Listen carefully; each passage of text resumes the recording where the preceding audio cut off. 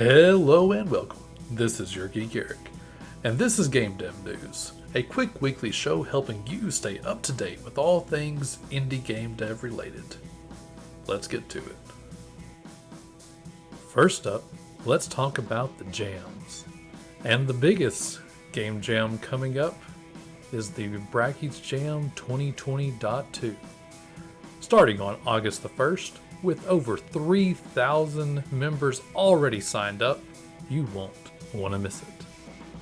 Moving right along to software, Godot 3.2.2 is out and carrying updates to both scripting languages.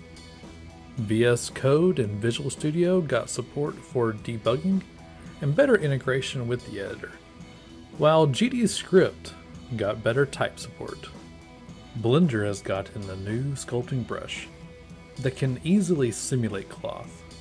It's actually really amazing to see.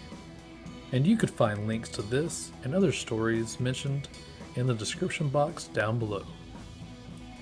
Rounding up our software segment, Unity 2020.1 is live. The feature I am most excited about is that the visual scripting package Bolt is now included in the package manager for the low price of free. Moving right along to one really helpful tutorial. I have recently started following a tutorial by the YouTube channel Heartbeast. He has a great short entry-level platformer tutorial that I believe is about 7 episodes long.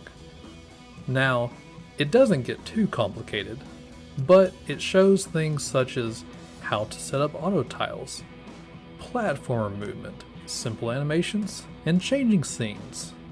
Really, it is all around a great intro to Godot tutorial. Definitely, if that fits your bill, go check it out.